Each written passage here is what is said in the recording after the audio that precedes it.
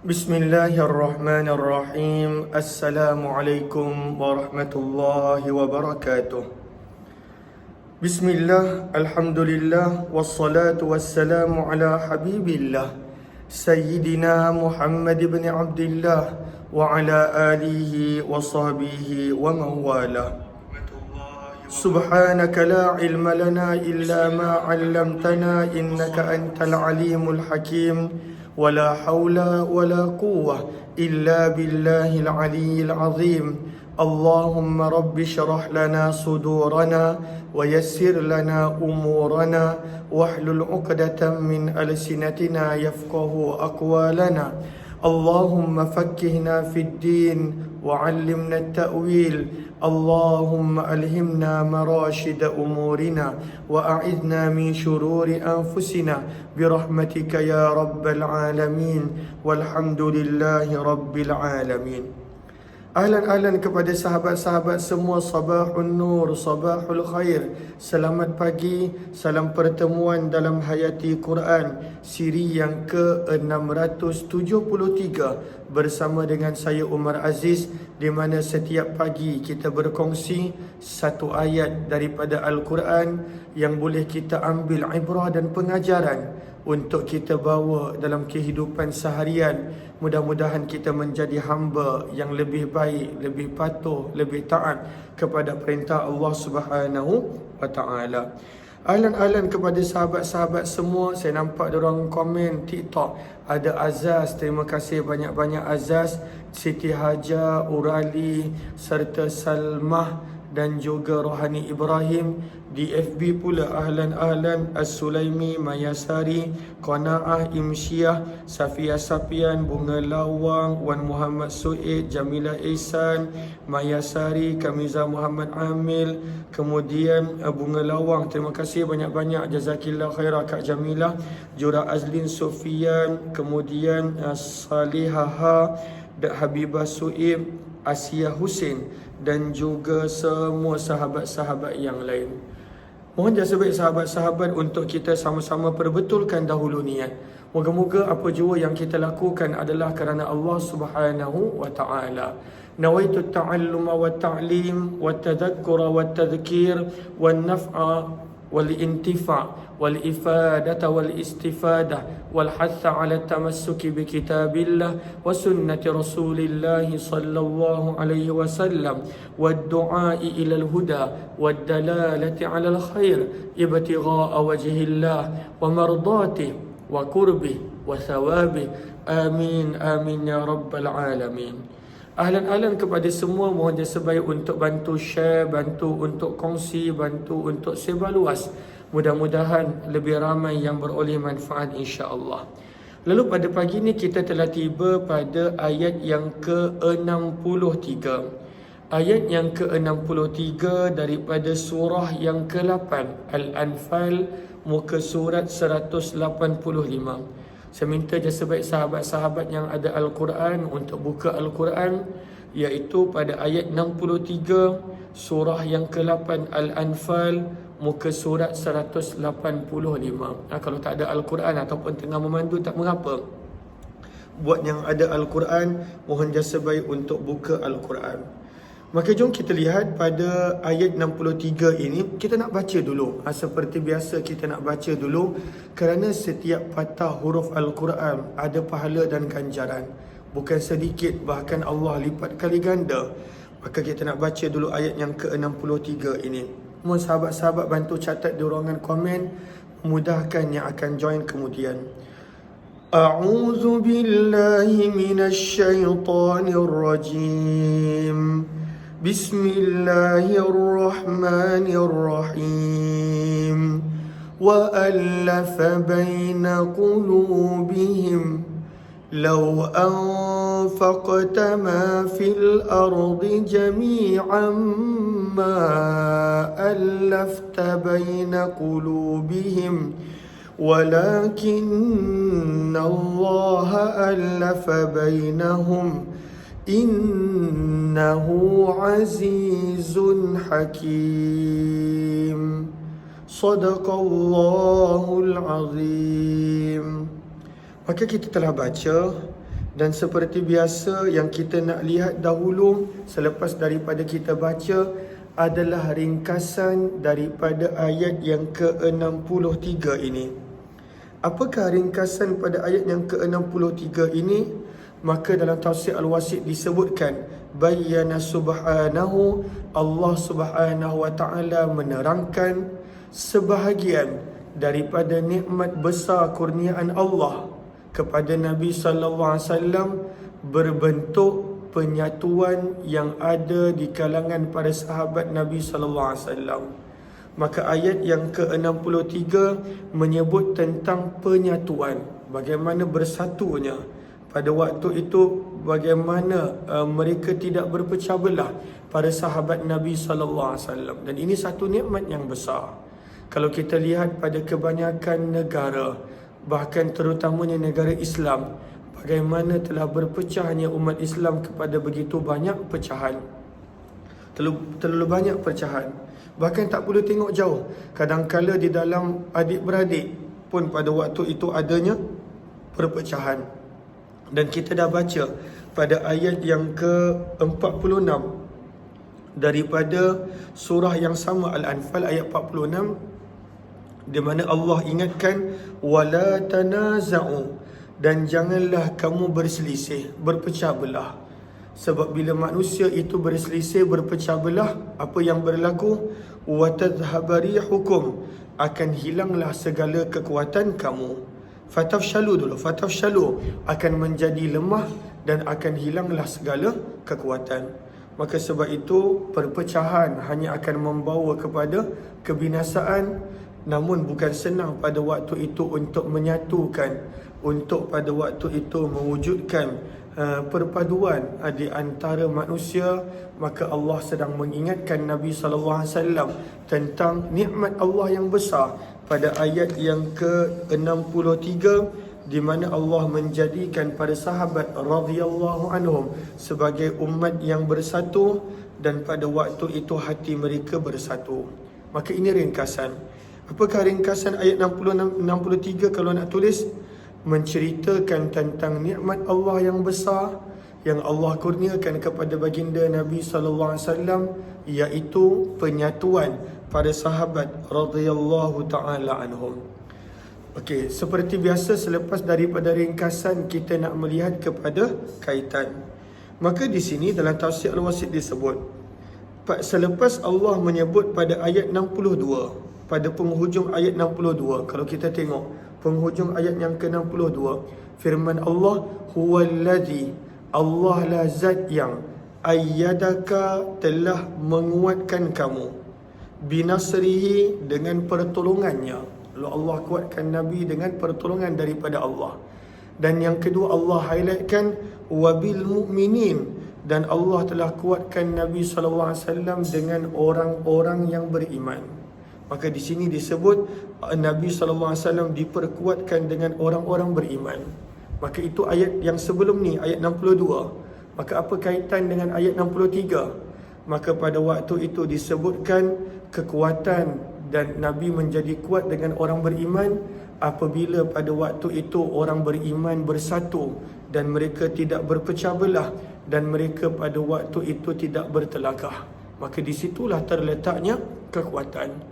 Dan di sini sebenarnya antara munasabah, antara kaitan di antara ayat 62 dan 63, sebenarnya itulah pengajaran yang pertama yang kita nak ambil. Apakah pengajaran yang pertama? Allah mengingatkan kita bahawa orang-orang beriman itu adalah kuat apabila mereka pada waktu itu bersatu dan mereka pada waktu itu tidak bertelagah dan tidak berpecah belah. Maka itu pengajaran yang pertama. Bahkan mana-mana kelompok kecil pun, kalaulah pada waktu itu bersatu ataupun pada waktu itu bersama, akan menjadi kuat.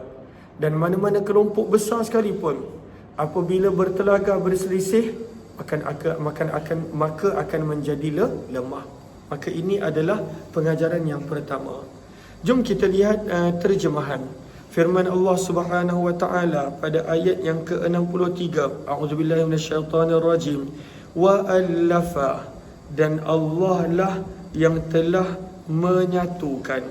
Allah lah yang telah menyatukan. Taklif pada waktu itu menyatu, mengumpulkan.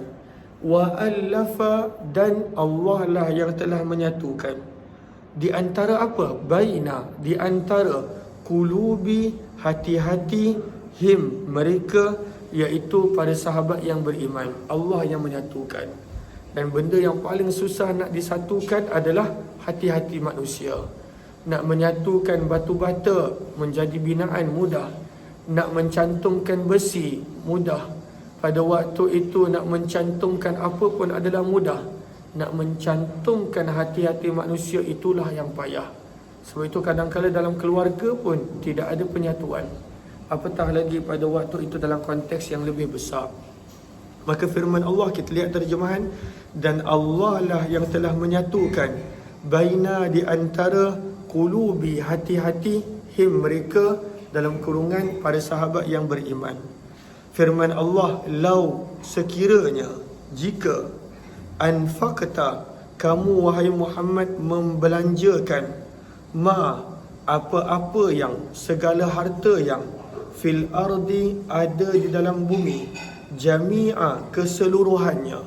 Kalaulah pada waktu itu dibelanjakan keseluruhan harta yang ada di bumi untuk menyatukan hati-hati manusia, firman Allah, ma allafta, tidak mungkin, tidak dapat kamu menyatukan baina, di antara kulubihim, hati-hati mereka.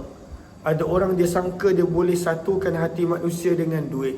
Tapi sampai bila? Habis je duit, maka dah pada waktu itu tidak ada penyatuan dah. Pada waktu itu tidak ada sokongan dah. Sebab itu Allah ingatkan Nabi, kalaulah dibelanjakan semua harta yang ada di dunia sekalipun, takkan mampu nak menyatukan hati-hati manusia. Walakin Allah, dan akan tetapi Allah lah, allafa, yang telah menyatukan, bainahum, di antara mereka. Innahu, sesungguhnya Allah, azizun, maha perkasa, hakimun, maha bijaksana. Maka ini adalah terjemahan. Kalaulah daripada terjemahan tadi kita lihat, maka sebenarnya ada beberapa mesej yang pada waktu itu sangat-sangat jelas. Daripada terjemahan kita boleh dapat. Mesej yang pertama yang kita dapat adalah Allah berfirman, wa allafa baina qulubihim, Allah lah yang menyatukan hati-hati mereka. Itu mesej pertama. Allah yang menyatukan, bukan benda yang lain. Itu mesej yang pertama. Mesej yang kedua, firman Allah, lau anfaqta ma fil ardi jami'a ma allafta baina qulubihim. Kalaulah kamu belanjakan segala apa yang ada daripada harta di bumi semuanya, tetap tidak akan mampu menyatukan di antara hati-hati manusia. Itu mesej kedua.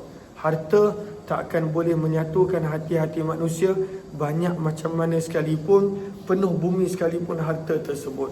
Habis dia harta, mereka akan berpecah belah balik. Dan kemudian pengajaran yang ketiga, mesej yang ketiga yang kita dapat adalah innahu azizun hakim. Sesungguhnya Allah itu adalah maha perkasa, dan dalam masa yang sama Allah adalah maha bijaksana. Maka ini tiga mesej yang kita boleh dapat daripada ayat yang ke-63. Apakah pengajaran yang kita boleh ambil daripada ayat yang begitu mendalam ini?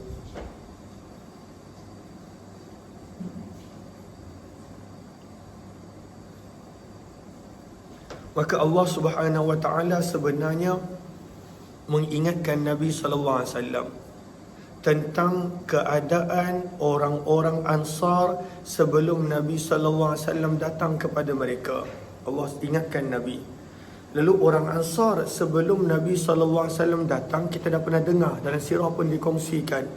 Orang-orang Ansar sebelum Nabi sallallahu alaihi wasallam datang, mereka bergaduh, tak pernah berdamai, dan mereka bergaduh untuk tempoh yang sangat-sangat lama. Orang Ansar, mereka bergaduh untuk tempoh yang sangat-sangat lama. Sangat lama.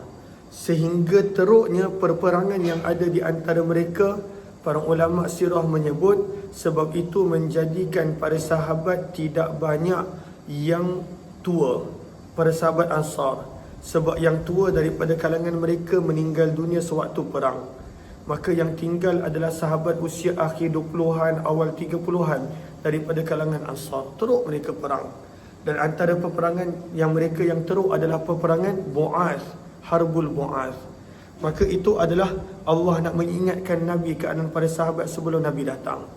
Tapi bila Nabi SAW datang, maka dengan izin Allah Subhanahu Wa Taala, maka Allah Subhanahu Wa Taala telah tukar perpecahan yang ada di antara mereka kepada perpaduan. Peperangan yang ada di antara mereka kepada saling lengkap melengkapi. Permusuhan yang ada di antara mereka kepada kasih sayang. Allah telah tukarkan. Sebab itu pengajaran yang kedua yang kita boleh dapat, sebenarnya kadangkala nikmat tidak bergaduhnya keluarga adalah nikmat yang besar. Berapa banyak orang yang keluarganya bergaduh, berpecah belah, pada waktu itu mempunyai pelbagai masalah. Itu nikmat. Konteks Nabi adalah daripada sudut para sahabat. Konteks kita yang kecil adalah keluarga kita. Pada waktu itu mempunyai keluarga yang tenang. Nak kata tak gaduh, tidak. Gaduh tu ada, bertengkar tu ada. Tetapi keluarga yang pada waktu itu saling memaafkan, saling melengkapkan, saling bertolak ansur, sebenarnya itu adalah nikmat. Seperti mana Allah ingatkan Nabi bahawa Nabi ada para sahabat yang bersatu, tidak berpecah belah, maka itu adalah nikmat yang sangat-sangat besar. Ahlan-ahlan kepada sahabat-sahabat yang baru join, mohon tersebaik untuk bantu share, bantu untuk kongsi, bantu untuk sebar luas. Mudah-mudahan lebih ramai yang beroleh manfaat. Maka itu adalah pengajaran yang kedua, bahawa penyatuan adalah satu nikmat yang sangat besar yang perlu untuk dihargai. Dan pada pengajaran yang ketiga yang kita boleh dapat adalah pada firman Allah, wa allafa, Allah lah yang menyatukan hati. Allah lah, tak ada benda lain. Yang boleh menjadikan hati manusia bersatu adalah Allah. Maka macam mana pada waktu itu kita nak dapatkan penyatuan daripada Allah? Kita sama-sama mesti pada waktu itu melakukan perintah Allah, meninggalkan apa yang dilarang oleh Allah. Maka sebenarnya penyatuan hanya datang daripada Allah. Wa allafa, penyatuan hanya datang daripada Allah. Hanya datang daripada Allah, tidak daripada yang lain. Penyatuan hanya datang daripada Allah. Untuk itu kita mesti kembali kepada Allah dengan amalan yang disukai oleh Allah, supaya Allah kembalikan kepada kita dan keluarga penyatuan dan pada waktu itu kebaikan.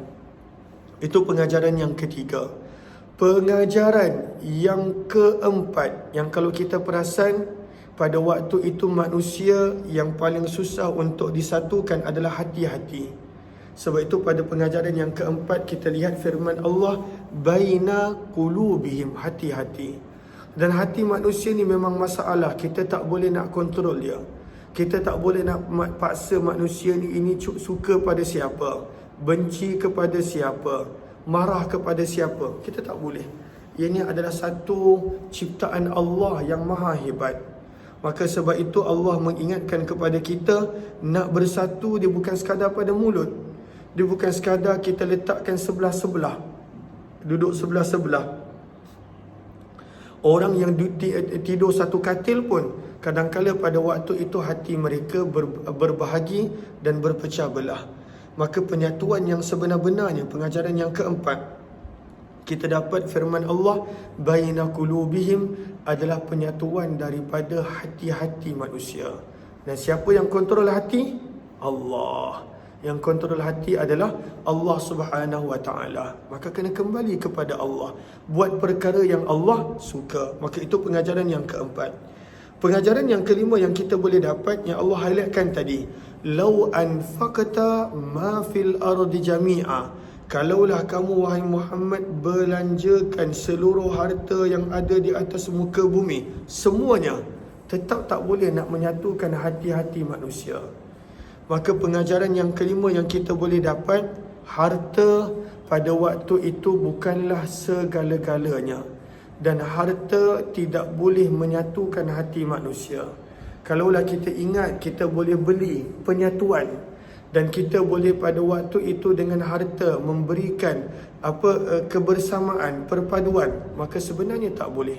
Hati pada waktu itu tak boleh dibeli, dipaksa dengan wang ringgit. Dia mungkin boleh sekejap, dia mungkin boleh beberapa ketika. Namun bila dah habis dia harta, dah habis dia manfaat faedah, dia akan kembali kepada pertengkaran, pergaduhan dan sebagainya. Ahlan, terima kasih banyak-banyak Linda Official, terima kasih. Semoga Allah balas dengan sebaik-baik ganjaran. Maka itu pengajaran yang kelima. Lalu kalaulah contoh kita ingat pada waktu itu anak-anak kita bergaduh, dengan kita bagi duit kepada mereka, pada waktu itu mereka bersatu, itu bukan cara penyelesaian dia. Sebab itu Allah ingatkan kepada Nabi, kamu bagi seluruh dunia punya harta sekalipun, ma'allafta, kamu tidak akan dapat menyatukan hati-hati mereka. Itu bukan cara dia. Maka pada waktu itu elakkan daripada nak menggunakan harta untuk mempengaruhi hati-hati manusia. Dia mungkin boleh terpengaruh sekejap je. Habis harta, dah tak ada manfaat, dia pada waktu itu akan pergi. Sebab itu dalam perkahwinan pun, jangan Nabi tak menggalakkan untuk berkahwin kerana harta. Sebab itu Nabi SAW sebut wanita dikahwini kerana 4 perkara. Antaranya adalah kerana harta. Jangan berkahwin kerana harta. Sebab kalaulah tiba-tiba harta tu habis, maka harap-harap ianya tidak membawa kepada kerosakan rumah tangga. Sebab asalnya hatinya tak ada pun. Hatinya pada waktu itu tidak suka pun, tapi semata-mata kerana harta. Maka ini pengajaran yang keempat. Harta tidak boleh pada waktu itu membeli penyatuan sementara mungkin, tetapi yang kekal tidak. Maka ini adalah pengajaran yang kelima. Sebab itu Allah ulangkan sekali lagi, walakinnallaha allafa bainahum, dan akan tetapi hanya Allah yang pada waktu itu menyatukan hati-hati di antara mereka, wahai Muhammad. Dan sesungguhnya Allah Maha Kuasa dan Allah Maha Bijaksana. Azizun, kuasa, Hakimun, bijaksana. Maka sebenarnya daripada sini pengajaran yang keenam yang kita dapat, Allah mampu buat segala-galanya, tapi Allah tak buat, dan Allah pada waktu itu serahkan kepada manusia kerana kebijaksanaan Allah Subhanahu Wa Taala. Allah boleh dijadikan manusia ni macam dalam syurga, langsung tak gaduh. Tapi pada waktu itu Allah nak menjadikan dunia ini sebagai medan, sebagai tempat untuk Allah uji setiap daripada kita. Siapakah yang pada waktu itu boleh mendatangkan manfaat lebih kepada orang lain dan menyatukan manusia yang berpecah belah?